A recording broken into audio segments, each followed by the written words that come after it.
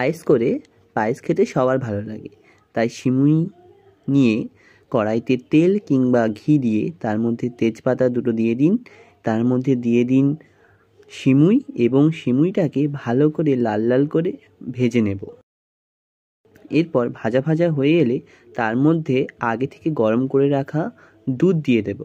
আমি এখানে 700 ml মতো দুধ নিয়েছি। আপনারা আপনাদের সিমুইয়ের প্রয়োজন মতো দুধ ব্যবহার করবেন এবং তার মধ্যে দিয়ে দেব কিছুটা পরিমাণ লবণ। মিষ্টির মধ্যে একটু লবণ দিলে ব্যাপারটা ব্যালেন্স হয় ভালো। এবার দুধটা ফুটে এলে ভালো করে এবং সিমুইটা সেদ্ধ হয়ে এলে তার মধ্যে পরিমাণ মতো চিনি দিয়ে দেব।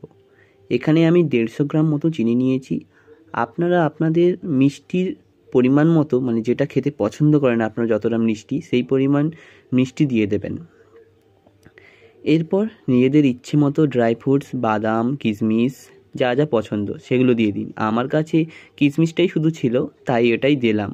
এবার নামিয়ে নেব গরম গরম সিমুই। ওপর থেকে কিছুটা দিয়ে দেব किशमिश, जस्ट फॉर डेकोरेशन। एबार की पहले खुद टेस्ट करे बाद में दूसरों को टेस्ट करवाए।